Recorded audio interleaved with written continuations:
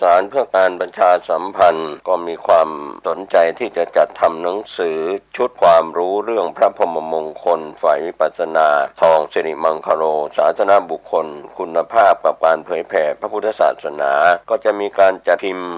2,500 เล่มภาษาไทย 2,000 เล่มภาษาอังกฤษ 500 เล่มท่านที่สนใจร่วมบุญบริจาคได้ที่บัญชีธนาคารกรุงไทยเลขที่บัญชี5111714383ชื่อบัญชีพระครูภาวนาโสภิตบุญ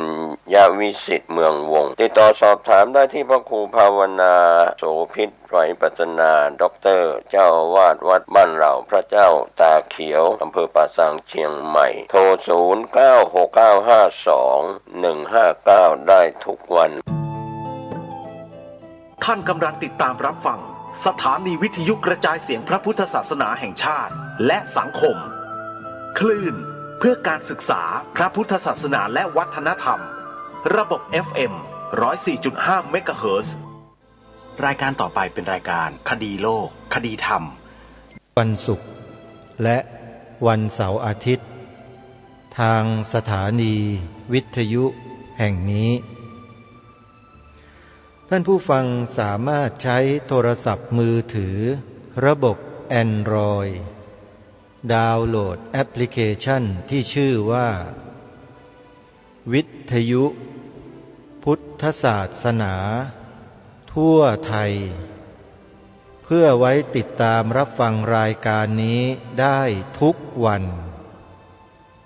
และยังมีรายการธรรมะสาระอื่นๆจากพ่อแม่ครูบาอาจารย์ของเราอีกจำนวนมากมายมหาศาลให้พวกเราได้เลือกเปิดรับฟังกันได้อย่างอิสระตลอด24 ชั่วโมงและสามารถฟังได้ในทุกพื้นที่ของโลกเพราะแอปพลิเคชันนี้เป็นระบบดิจิตอลที่ใช้อินเทอร์เน็ตในการเชื่อมสัญญาณสื่อสารจึงสามารถที่จะรับฟังรายการต่างๆที่ครูบาอาจารย์ของเราได้ออกอากาศอยู่ในพื้นที่ต่างๆของประเทศได้ทั้งหมดในที่นี้ก็คือสถานีวิทยุพระพุทธศาสนาแห่งชาติ39 สถานีที่รวมอยู่ในแอปพลิเคชันดังกล่าวท่านที่ดาวน์โหลดแอปพลิเคชันนี้ไว้ก็จะสามารถติดตามรับฟังสถานีวิทยุทั้ง39 สถานีได้อย่างอิสระจะเปิดจะเลือกฟังเวลาไหนอย่างไรสามารถทำได้ทั้งนั้นนี่คือนวัตกรรมใหม่ที่พระสงฆ์ไทยเราได้จัดทำขึ้นมาเพื่อเผยแผ่หลักธรรมคำสอนของพระสัมมาสัมพุทธเจ้าเพราะพระสงฆ์เล็งเห็นอย่างชัดแจ้งแล้วว่าไม่มีคำสอนใดในจักรวาลในสกลจักรวาลที่จะดีเสมอเหมือนเท่ากับคำสอนของพระสัมมาสัมพุทธเจ้าแม้แต่นักปรัชญาของโลกนักจิตวิทยาระดับโลกนักค้นคว้าประวัติศาสตร์ของโลกนักวิทยาศาสตร์ของโลกนักแสดงระดับโลกนักกีฬาระดับโลกที่มีชื่อเสียงระดับโลกต่างก็ยกย่องพระพุทธเจ้ายกย่องพระพุทธศาสนาให้เป็นที่ปรากฏชัดเจนตามที่ทางรายการได้นำเสนอบทความของท่านเหล่านั้นให้พวกเราฟังกันมาตลอด 3-4 วันเชื่อเหลือเกินว่าคำกล่าวของบุคคลสำคัญระดับโลกเหล่านั้นเนี่ยจะทำให้พวกเราในฐานะที่เป็นผู้นับถือพระพุทธศาสนาอยู่ในประเทศไทยนี้ ได้มีจิตสำนึกระลึกถึงพระมหากรุณาคุณขององค์สมเด็จพระสัมมาสัมพุทธเจ้ายิ่งขึ้นไปแล้วก็จะช่วยการตอบแทนบุญคุณของพระพุทธศาสนาร่วมกันโลกเขายกย่องพระพุทธเจ้ายกย่องพระพุทธศาสนาถึงเพียงนี้ประเทศเราเป็นประเทศพุทธเป็นประเทศที่นับถือพระพุทธศาสนาซึ่งคนทั่วโลกเขารู้เขาทราบกันทั้งโลกแต่พอหันมาดูในประเทศไทยของเราปรากฏว่าผู้นำระดับต่างๆของประเทศเราไม่ค่อยประสีประสาอะไรกับพระพุทธศาสนาเท่าที่ควรเลยตัวอย่างเช่นอดีตนายกรัฐมนตรีของประเทศอินเดีย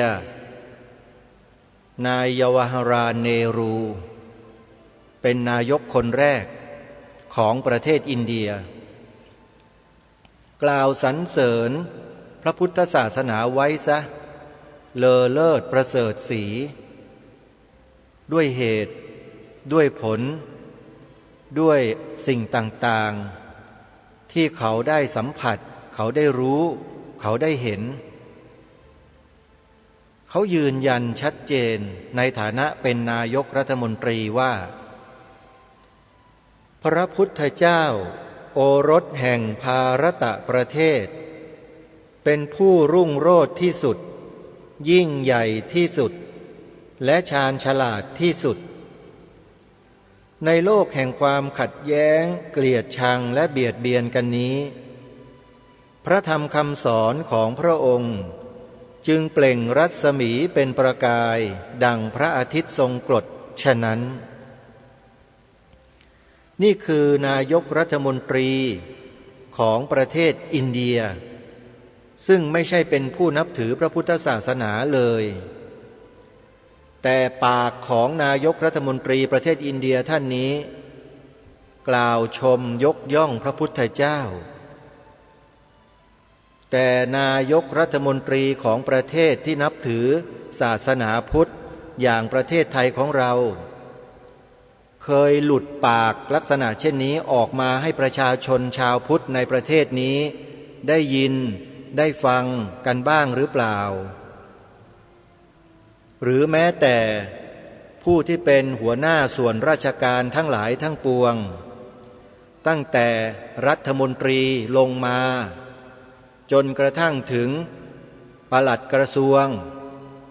หัวหน้าส่วนราชการต่างๆผอ.หัวหน้าส่วนแม้แต่กระทั่งนายกอบต.อบจ.กำนันผู้ใหญ่บ้านเคยกล่าวถึงพระพุทธเจ้าแบบนี้กันบ้างไหมในเมืองไทยเราเนี่ยทำอะไรกันอยู่อันนี้ถามในฐานะที่เป็นผู้นับถือพระพุทธศาสนานะไม่ได้ถามในฐานะเป็นผู้ใหญ่กำนันแต่เมื่อท่านไปดำรงตำแหน่งอยู่ในฐานะนั้นแล้วเป็นผู้หลักผู้ใหญ่ในบ้านเมืองแล้วเนี่ยความเป็นพุทธศาสนิกชนของท่านน่ะมันเปล่งรัศมีออกมาให้ประชาชนได้เห็นกันบ้างไหมในฐานะผู้นำส่วนราชการน่ะมีไหมถามมันดังๆอย่างนี้แหละให้มันดังไปทั่วประเทศให้ได้ยินกันทั้งบ้านทั้งเมืองไปยิ่งดีคืออาตมาภาพเองต้องขอขมาครูบาอาจารย์แล้วก็ญาติโยมทุกท่านไว้ณที่นี้ด้วยที่ต้องถามกันแบบนี้เพราะตลอด30 กว่าปีที่อุปสมบทที่บวชมาเนี่ยไปมาทั่วทั้งประเทศ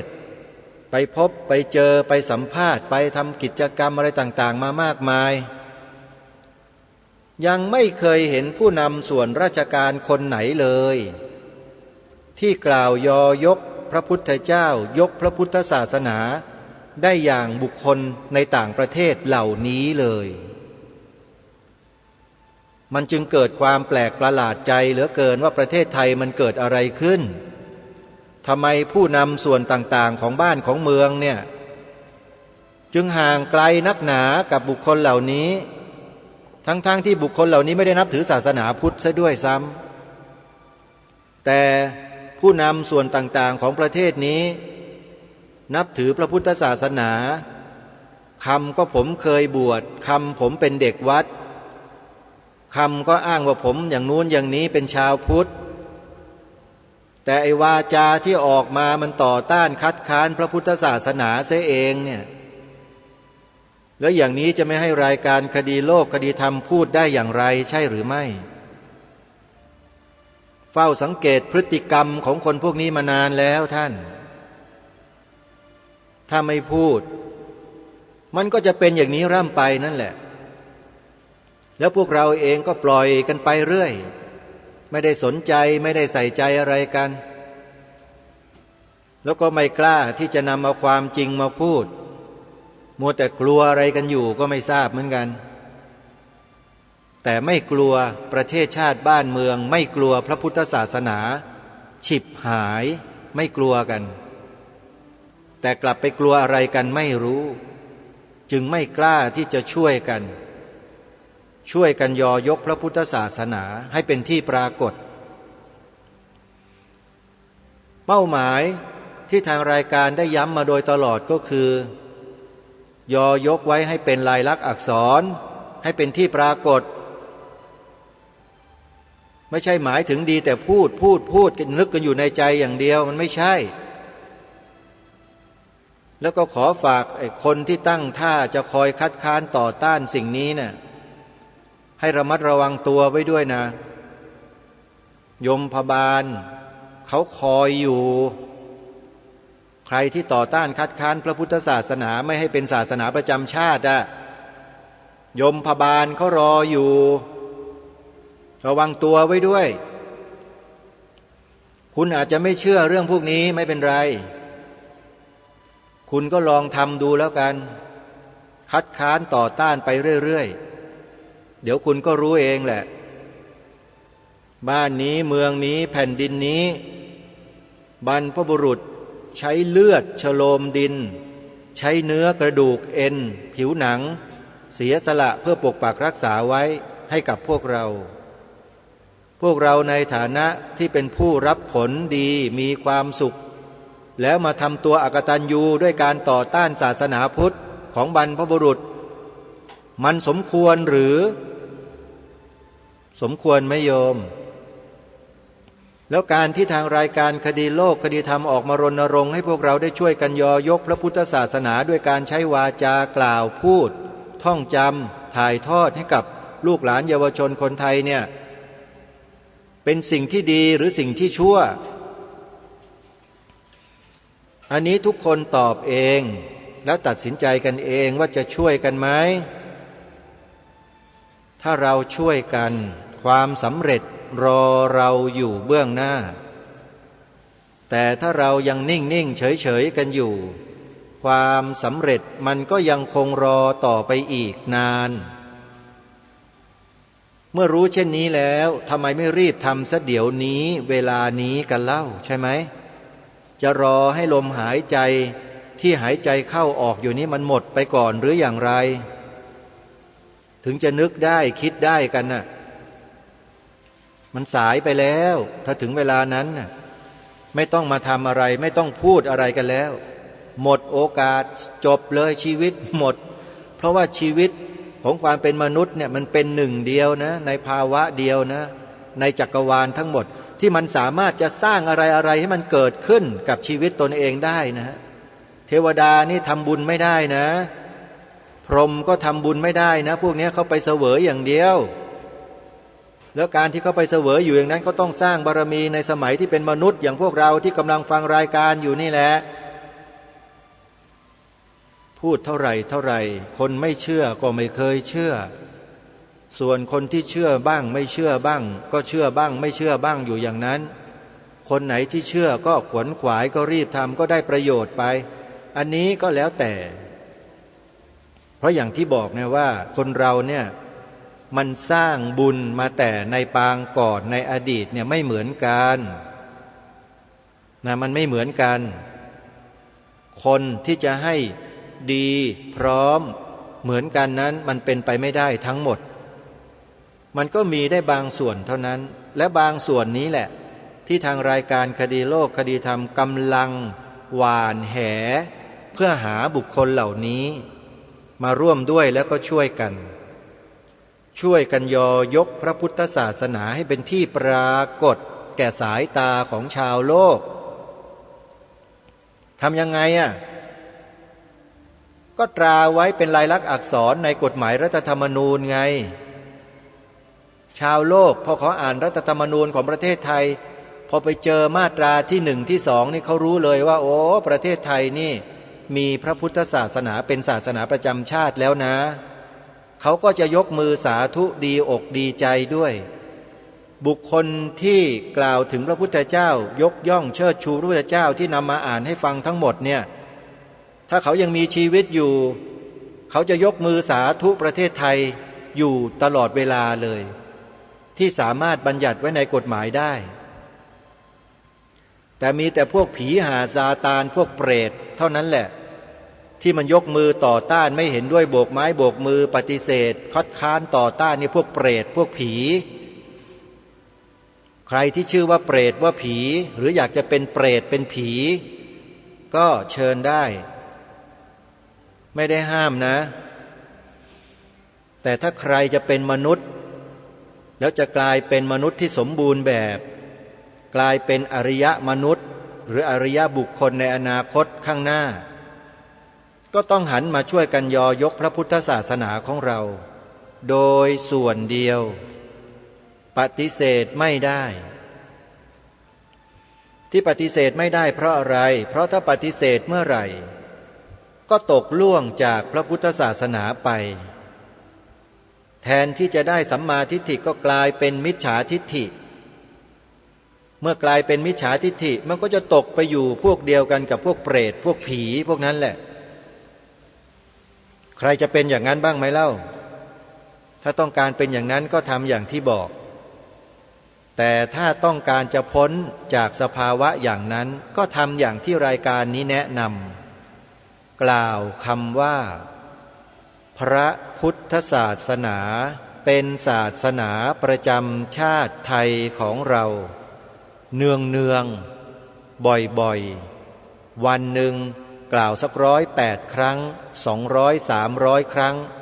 โอ้เป็นมหากุศลแก่ชีวิตจิตวิญญาณของตนอย่างยิ่งใครที่กล่าวคำนี้อยู่ตลอดทั้งวันทั้งคืนเนี่ยกล่าวในใจก็ได้นะไม่ต้องไปกล่าวออกเสียงทั้งหมดหรอกกล่าวบางช่วงก็จะทำให้ชีวิตของเขาดีขึ้นน้ำในร่างกายซึ่งเป็นองค์ประกอบมากที่สุด 70% เนี่ยก็จะกลายเป็นน้ำที่ดีไปหล่อเลี้ยงร่างกายไปชำระล้างสิ่งที่สกปรกในร่างกายออกอย่างอัตโนมัติเลยสุขภาพก็ดีขึ้นแข็งแรงขึ้นโดยไม่ต้องไปลงทุนซื้อหยูกซื้อยาราคาแพงๆมากินตามสื่อโฆษณาชวนเชื่อไม่ต้องทำนี่แหละนั่งสวดมนต์แล้วก็กล่าวคำว่าพระพุทธศาสนาเป็นศาสนาประจำชาติไทยของเราพระพุทธศาสนาเป็นศาสนาประจำชาติไทยของเรากล่าวด้วยความปลื้มปีติยินดีกล่าวด้วยจิตที่เป็นกุศลผลบุญแล้วเมื่อกล่าวกันมากๆกล่าวกันหลายๆคนทุกคนทั่วบ้านทั่วเมืองสิ่งนี้ก็จะกลายเป็นความจริงในวันข้างหน้าอย่างไม่รอช้าเป็นไปตามคำที่เรากล่าวนี่แหละพระพุทธศาสนาเป็นศาสนาประจำชาติไทยของเราและในข้อที่2ที่ให้นำมาย้ำควบคู่กันไปกับข้อที่1ก็คือความหมายธงไตรรงค์โดยเฉพาะความหมายสีขาวที่มีคนพวกผีพวกเปรตพยายามจะบิดเบือนความหมายที่แท้จริงนำเอาอะไรต่อไม่อะไรมาใส่ก็ไม่รู้มั่วไปหมดไปดูในโลกโซเชียลเน็ตเวิร์กที่คุณพฤทธิพลประชุมผล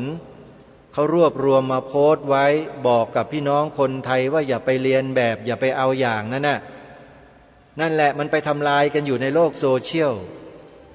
ไอเด็กๆลูกหลานเยาวชนคนไทยเราที่ไม่มีวัคซีนป้องกันโรคพวกนี้ก็ติดง่ายๆเลยเชื่อเขาหมดพอเข้าไปดูเข้าไปอ่านก็หลงเชื่อเข้าไปหมดจำเป็นที่รายการคดีโลกคดีธรรมร่วมกับพิพิธภัณฑ์ธงชาติไทยเนี่ยต้องออกมารณรงค์ให้พวกเราได้อัญเชิญบทพระราชนิพนธ์ความหมายธงไตรรงค์ที่ล้นเกล้ารัชกาลที่6พระราชทานไว้ให้เนี่ย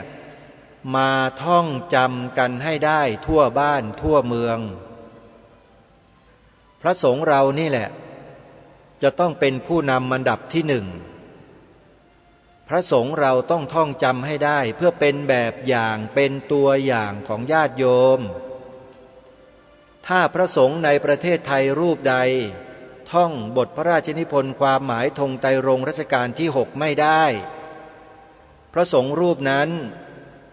ก็เป็นผู้นำของประชาชนไม่ได้ในเรื่องนี้นะท่านเป็นไม่ได้เผลอๆเด็กอนุบาลหรือเด็กชั้นประถมอาจจะต้องมานำท่านเองท่านต้องเป็นผู้ตามเด็กๆต่อไปในอนาคตแต่ตอนนี้ท่านยังมีโอกาส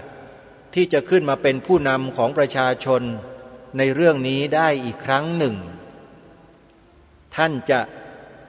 ขึ้นมาเป็นหรือว่าท่านจะตามเด็กๆหรือตามญาติโยมอันนี้ก็แล้วแต่ดุลพินิจของท่านนะฮะกระผมไม่ได้บังคับมันอยู่ที่ภาวะของท่านว่ามีภาวะผู้นำพร้อมหรือไม่แต่เชื่อว่าพระสงฆ์เราทุกรูปที่ผ่านการศึกษาอบรมตนมาแล้วศึกษาพระปริยัติจนจบมาแล้วเนี่ยสามารถเป็นผู้นำได้ไม่ยากแต่หลายๆท่านเรียนมาแล้วศึกษามาแล้วปฏิบัติมาแล้วผ่านมาแล้วมากมายแต่ไม่ยอมเป็นผู้นำในข้อนี้เรื่องนี้มันก็มีสาเหตุเหมือนกันอะไรทราบไหมท่านมานะทิฏฐิเคยได้ยินไหมทิฏฐิพระมานะพวกอมาตย์เคยเห็นไหมเคยได้ยินไหมฮะทิฏฐิพระมานะอมาตย์มันเป็นอย่างนั้นถือทิฏฐิไงว่าตัวฉันรู้ฉันเก่งกว่าฉันดีกว่าฉันเลิศกว่าฉันมีศักดิ์ใหญ่กว่าฉันไม่จำเป็นจะต้องไปทำตามอะไรแกหรอกนี่เขาเรียกว่ามานะทิฏฐิถ้ามีตรงนี้ก็ทำไม่ได้งั้นก็แปลว่าบวชมาหลายสิบปีเนี่ยก็ไม่สามารถขจัดสิ่งนี้ออกจากจิตจากใจได้ให้เบาบางไม่ได้อันนี้ก็ถือว่าภูมิธรรมของท่านก็ยังอยู่ในแค่ระดับที่ไม่สามารถที่จะชนะสิ่งนี้ได้ส่วนจะเป็นระดับไหนอย่างไรนั้นในคัมภีร์พระอภิธรรมก็ดีคัมภีร์พระไตรปิฎกที่เป็นพระสูตรต่างๆก็ดีก็ได้กำหนดฐานะของบุคคลในลักษณะเช่นนี้ไว้แล้วถ้าหากท่านศึกษาค้นคว้าดีๆก็จะเจอเองและเมื่อเป็นเช่นนี้ก็ปล่อยเว้นไว้เสียแต่คนที่มีบุญญาธิการสั่งสมมาแต่อดีตเท่านั้นแหละที่ท่านจะต่อยอดสิ่งเหล่านี้กันต่อไปได้คือเป็นผู้นำทางด้านศีลธรรมไม่ใช่เป็นผู้ตามเป็นผู้ตามไม่พอนะบางคนเป็นผู้ต่อต้านด้วยนะพระสงฆ์เนี่ยพระสงฆ์เราเนี่ยญาติโยมเชื่อไหมมีนะต่อต้านไม่บอกว่าไม่ต้องบัญญัติไว้หรอกศาสนาพุทธเป็นศาสนาประจำชาติในกฎหมายรัฐธรรมนูญเนี่ยไม่จำเป็นหรอกไม่ต้องบัญญัติมีนะพระสงฆ์แบบนี้ก็มีระวังให้ดีด้วยนะพระพวกเนี้ยกินบนเรือนขี้บนหลังคาไม่รู้แหละรูปไหนก็ไม่ทราบอาตมานี่ว่าให้เลยไม่ว่าจะใหญ่มาจากไหนก็ว่าเพราะพระพุทธศาสนาเนี่ยถือว่าเป็นสิ่งที่อยู่เหนือทุกสิ่งทุกอย่างมีบุญคุณต่อคนไทยทั้งบ้านทั้งเมืองทั้งประเทศ ถ้าไม่มีพระพุทธศาสนาประเทศนี้พวกท่านก็ห่มเหลืองๆแบบนี้อยู่อย่างสบายกันไม่ได้หรอกเมื่อถึงโอกาสถึงเวลาที่จะต้องช่วยกันยกพระพุทธศาสนาให้เป็นที่ปรากฏให้ถูกต้องตามข้อกฎหมายเนี่ยถ้าท่านไม่ช่วยท่านคัดค้านต่อต้านเนี่ยก็แปลว่าท่านก็กินบนเรือนขี้บนหลังคาไม่ต่างอะไรกับพวกโจรนั่นแหละจริงหรือไม่ญาติโยมฟังรายการอาตมาแล้วเนี่ยคอยสังเกตครูบาอาจารย์ของญาติโยมด้วยนะรูปไหนอะ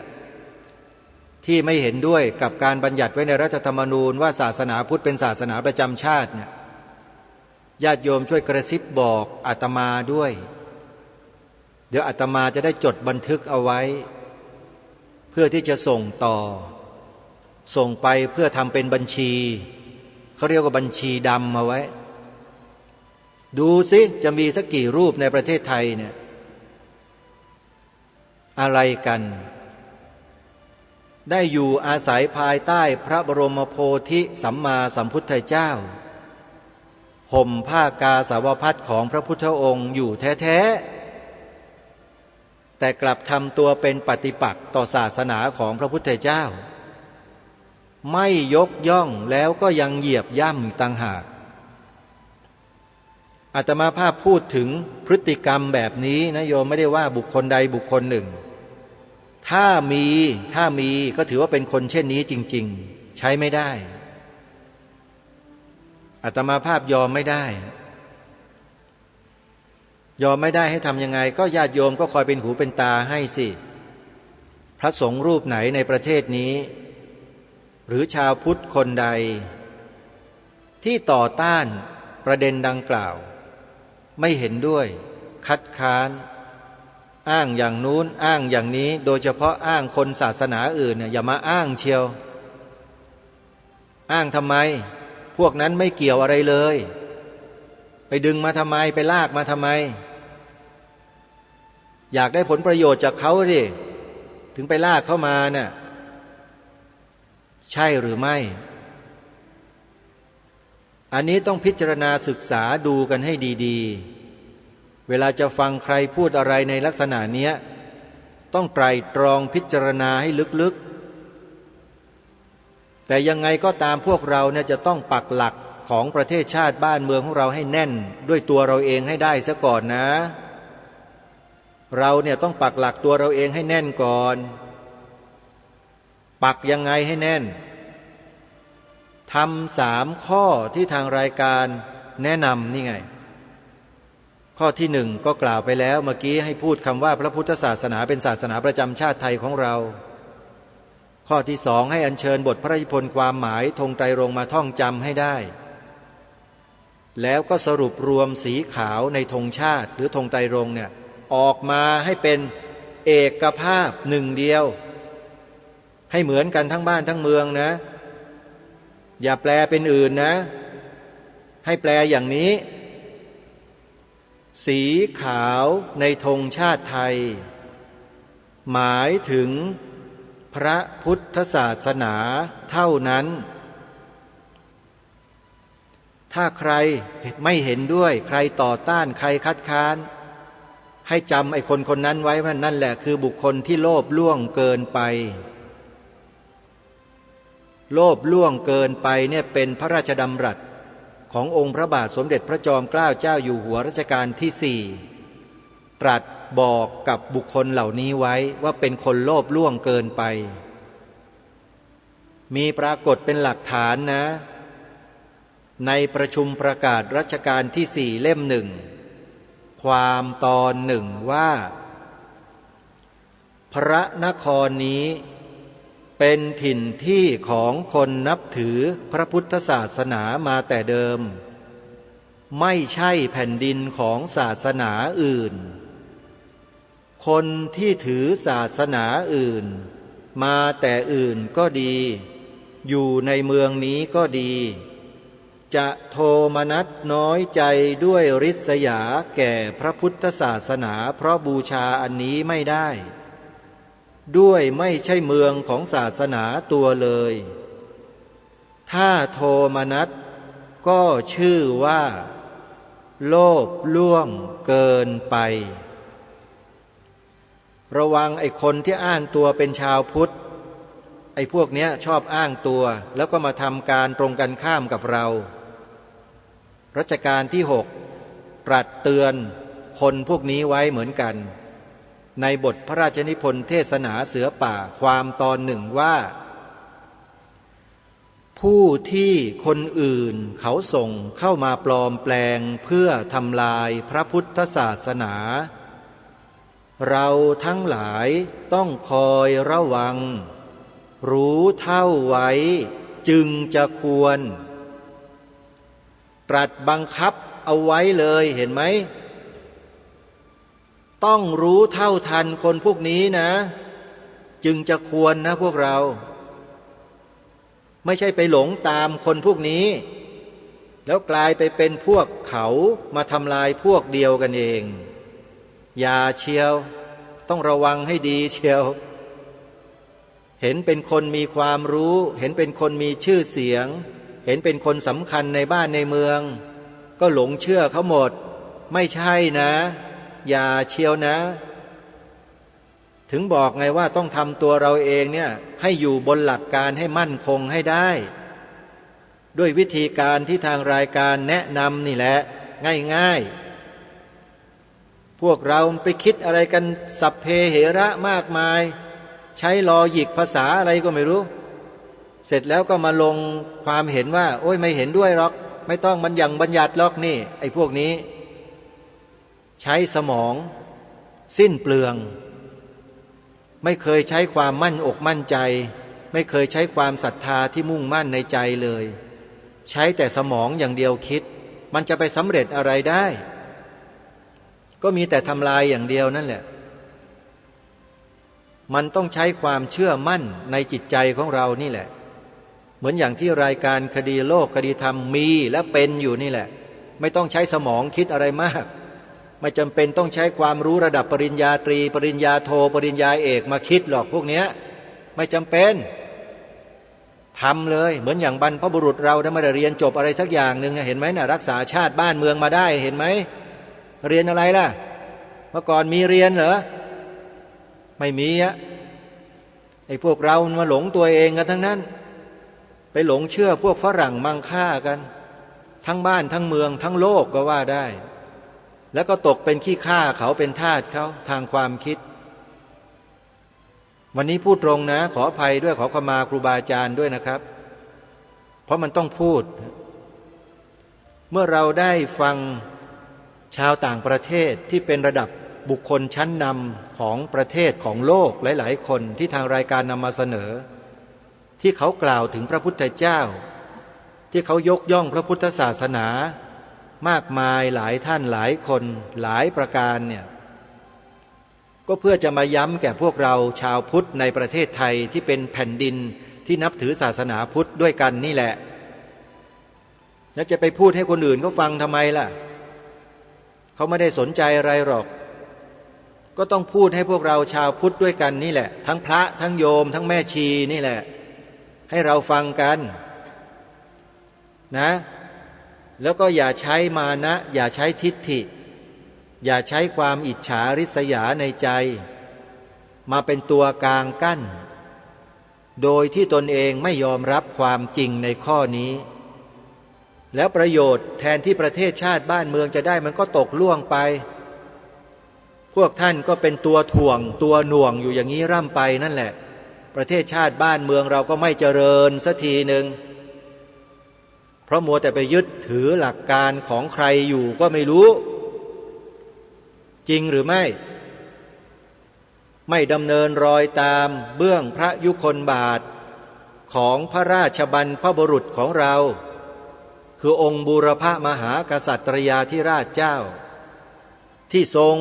สู้อุตสาห์เสียสละพระชนชีพยกพระพุทธศาสนามาโดยตลอดยิ่งในสมัยตั้งกรุงรัตนโกสินทร์ใหม่ๆองค์พระบาทสมเด็จพระพุทธยอดฟ้าจุฬาโลกมหาราชทรงประกาศเป็นพระบรมราชโองการไว้ชัดเจนเลยเรื่องนี้มีปรากฏเป็นหลักฐานอยู่ในพระราชนิพนธ์นิราศท่าดินแดง ขององค์พระบาทสมเด็จพระพุทธยอดฟ้าจุฬาโลกมหาราชพระราชบรรพบุรุษไทยของเรานี่แหละตรัสไว้ความว่าตั้งใจจักอุปถัมภกยอยกพระพุทธศาสนาจักป้องกันขอบขันธสีมารักษาประชาชนแลมนตรีชัดเจน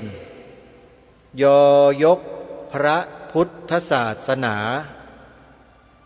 นี่คือพระบรมราชโองการขององค์พระมหากษัตริย์บนผืนแผ่นดินรัตนโกสินทร์คือกรุงเทพมหานครที่เราอาศัยอยู่ทุกวันนี้นี่แหละไม่ใช่ยุคไหนนะยุคนี้เลย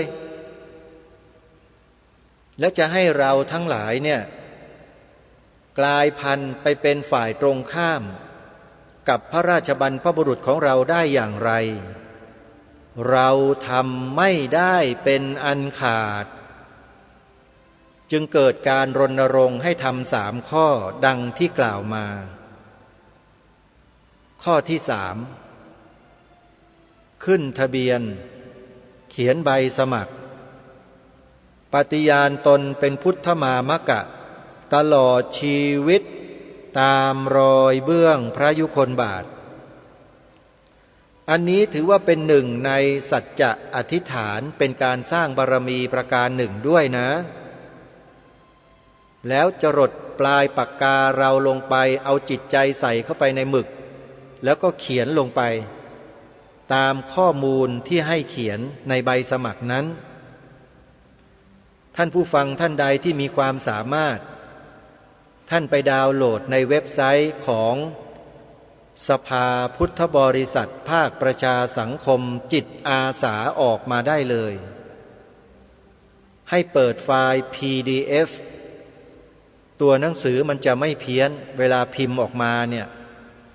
ถ้าท่านไปเปิดแล้วโหลดออกมาพิมพ์ด้วยไฟล์ Word ตัวหนังสือนะมันจะเพี้ยนส่วนมากจะเพี้ยนหมดเลยแต่ถ้าท่านเปิดไฟล์ PDF แล้วก็ปริ้นออกมาเนี่ยจะออกมาอย่างสวยงามมากเสร็จแล้วท่านก็ทำตามที่ใบนั้นน่ะเขาให้ทำติดรูปถ่าย2 นิ้วภาพสีหน้าตรงไม่สวมแว่นติดไว้เลย1 ใบเซ็นชื่อข้างล่างให้ถูกต้องชื่อของเจ้าของนั่นแหละแล้วก็เขียนรายละเอียดลงไปในช่องที่ให้เขียนอย่าไปเขียนช่องของเจ้าหน้าที่เขานะเขียนลงไปให้หมดเขียนลงไปทุกข้อทุกอย่างนั่นแหละคือเอาชีวิตจิตใจเราฝังลงไปในพระรัตนตรัยในแผ่นกระดาษใบนี้นี่แหละนี่แหละเป็นสิ่งที่เราได้ทำสำเร็จเป็นรูปธรรมแล้วท่านสาธุชนทุกท่านหลายท่านหลายคนอาจจะมองว่าการกระทำเช่นนี้เนี่ยเป็นการกระทำที่ศูนย์เปล่าไม่ได้อะไรนั่นก็เป็นความคิดของท่านเองฮะแต่ความคิดของเราทั้งหลายเนี่ยมันได้เสียยิ่งกว่าอะไรเสียอีกได้อยู่ข้างในใจได้ในสิ่งที่พวกท่านไม่ได้และพวกท่านมองไม่เคยเห็นความสำคัญเพราะฉะนั้นท่านสาธุชนทุกท่านการที่รายการคดีโลกคดีธรรมรณรงค์ให้ทำ3 ข้อนี้มีเหตุและมีผลทั้งสิ้นไม่ใช่ทำไปโดยศูนย์เปล่าถ้าใครคิดว่าทำไปแล้วศูนย์เปล่านั่นหมายความว่าท่านยังยึดติดในรูปแบบโลกโลกิยะอยู่ยังติดอยู่ในลาภยศสรรเสริญสุขอยู่ติดอยู่ในโลกธรรมเมื่อท่านติดอยู่ในโลกธรรมท่านก็จะมีความคิดและความสงสัยแบบนี้แหละเขียนไปทำไมสมัครไปทำไมสมัครแล้วมันได้อะไรความคิด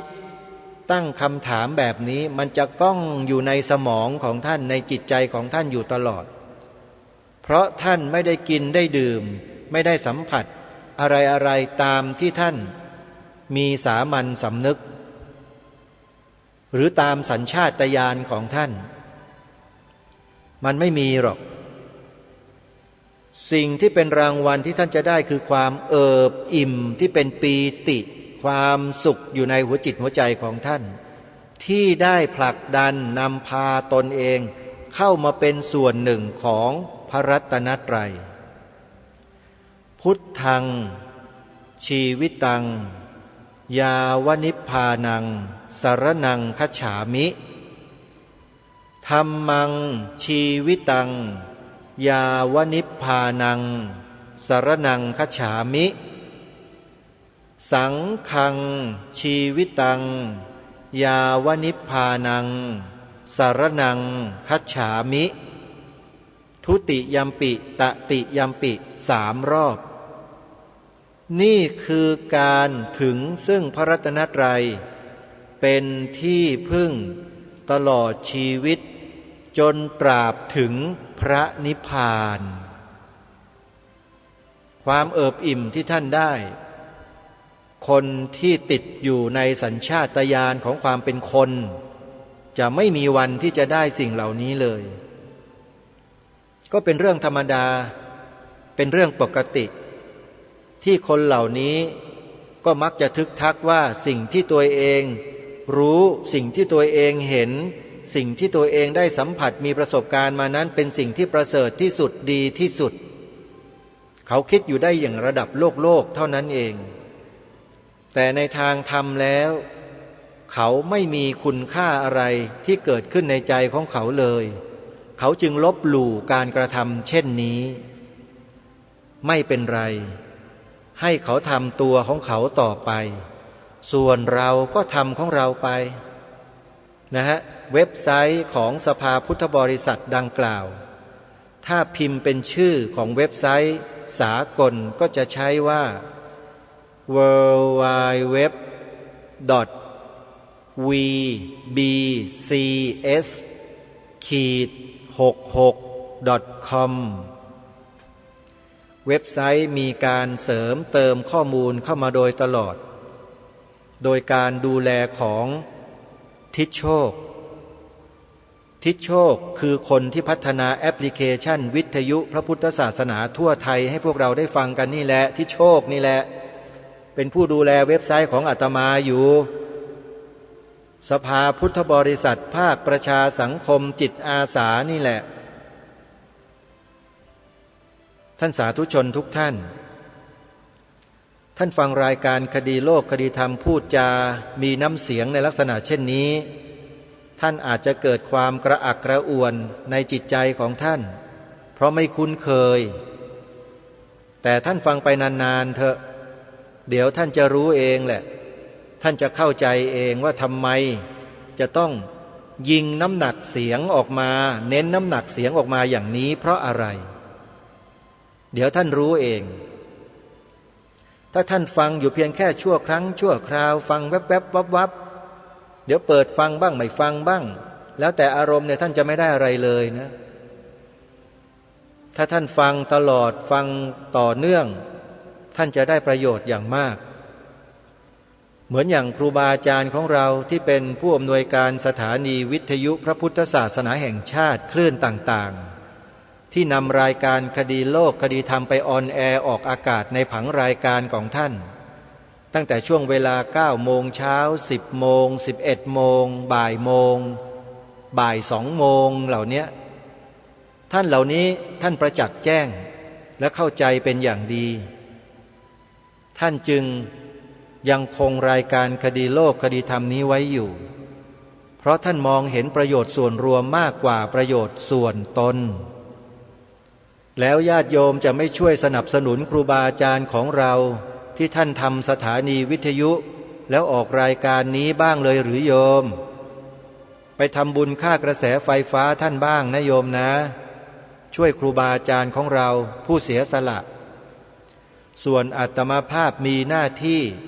นำเสนอข้อมูล ผ่านรายการให้กับญาติโยมพุทธบริษัทของเราโดยทั่วไปได้ฟังเพื่อกระตุ้นจิตสำนึกของพวกเราไม่ให้พวกเราไหลไปตามกระแสที่มันไม่มีสาระเหล่านั้นให้เรากลับมารีเทิร์นกลับมา back to basic กลับมาสู่พื้นฐานเดิมของเรามาตั้งต้นกันใหม่แล้วเดินไปด้วยความมั่นอกมั่นใจยิ่งขึ้นประสบการณ์และบทเรียนมันสอนเรามาโดยตลอดในการที่เราเดินผิดทางเมื่อเรารู้ตัวว่าผิดทางเราถอนตัวออกมาตั้งหลักใหม่แล้วก็เดินไปด้วยกันให้ถูกต้องก็จบแล้วแค่นั้นบ้านเมืองนี้ก็จะเป็นบ้านเมืองน่าอยู่คู่ศีลธรรมไม่ใช่คู่คุณธรรมนะอาตมาไม่เห็นด้วยกับการยกเลิกใช้คำว่าศีลธรรมต้องนำคำว่าศีลธรรมกลับมาหัวหน้าส่วนราชการทั่วประเทศกรุณานำคำว่าศีลธรรมกลับมาใช้นะอย่าไปหลงไหลเคลิบเคลิ้มตัวหนังสือที่เขาเขียนมาให้นักเลยอ้างนู่นอ้างนี่ไม่ต้องอ้างหรอกคุณเป็นข้าราชการคุณย่อมรู้สำนึกดีว่าคุณควรจะเดินตามใครจริงไม่จริงองค์พระมหากษัตริย์ทรงใช้คำว่าศีลธรรมพระราชดำรัสต่างๆทรงใช้ศีลธรรมตลอดแล้วนักการเมืองมาเปลี่ยนมาให้พวกข้าราชการใช้คำว่าคุณธรรมบ้างคำว่าจริยธรรมบ้างแล้วก็ทิ้งคำว่าศีลธรรมไปเลยไอ้อย่างนี้มันก็ใช้ไม่ได้วิธีการแก้ไขทำไงก็เลิกใช้คุณธรรมกับจริยธรรมแล้วก็กลับมาใช้คำว่าศีลธรรมก็แค่นั้นเองก็จบแล้วแล้วคนที่บอกว่าใช้ไม่ได้ใช้ไม่ได้นั่นแกเป็นใครอ่ะอาตมาก็จะถามกลับอย่างเงี้ยแกเป็นใครถึงบอกว่าใช้ไม่ได้เนี่ยนั่นแหละคือบุคคลที่พวกเราจะต้องช่วยกันจับตาดูกันให้ดีคนพวกนี้นะท่านผู้ฟังวันนี้มาสู่ช่วงท้ายของรายการแล้วนะวันนี้จริงๆแล้วตั้งใจจะนำเนื้อหาที่มีความสำคัญอย่างมากมานำเสนอในรายการแต่เวลาไม่พอซะแล้วท่านผู้ฟังเดี๋ยววันต่อไปเราค่อยมาติดตามรับฟังเนื้อหานั้นซึ่งสำคัญมากๆเอาเป็นอย่างนี้แล้วกันซึ่งอาตมาภาพจะต้องใช้ความสามารถพิเศษเฉพาะตัวด้วยในการพากย์เหมือนกับการพากย์หนังเลยโยมเป็นคลิปวิดีโอคลิปหนึ่งที่อาตมาภาพเผยแพร่อยู่ใน Facebook ส่วนตัวณปัจจุบันนี้ล่าสุดขอเชิญเข้าไปดูได้นะใครที่มี Facebook ให้โยมพิมพ์ชื่อ Facebook ของอาตมานะโยมเข้าไปดูนะณรงค์ฤทธิ์ทองแม้นนอเนนรอเรืององูคอควายกรันณรงค์รอรึทอทหารทอธงสระอิกรันณรงค์ฤทธิ์เว้นวรรคทองแม้นนะเป็นนามสกุลของอาตมาภาพของพ่อนรงค์ฤทธิ์ทองแม้นเป็นตระกูลเลี้ยงช้างโยมตระกูลนี้นะแต่อดีตตั้งแต่อดีตมานะฮะก็ไปดูกันนะโยมนั่นแหละคลิปนั้นแหละเดี๋ยวอาตมาจะมาพากย์ด้วยเสียงตัวเองจะเอาความรู้ทั้งหมดที่ได้มีประสบการณ์ผ่านมาศึกษาเรียนรู้เรื่องสื่อสารมวลชนมาเนี่ยจะนำมาใช้ทุ่มเทให้กับการพากย์คลิปนี้สำคัญมากๆเดี๋ยวไปติดตามรับฟังกันในโอกาสต่อไปวันนี้เวลาของรายการหมดลงแล้วอาตมาภาพต้องสมมุติยุติรายการไว้แต่เพียงเท่านี้ไว้พบกันใหม่ในวันต่อไปขอความสุขความสวัสดีในธรรมแห่งองค์สมเด็จพระบรมศาสดาสัมมาสัมพุทธเจ้าจงปรากฏเกิดมีขึ้นในจิตใจของท่านผู้ฟังทุกท่านทุกคน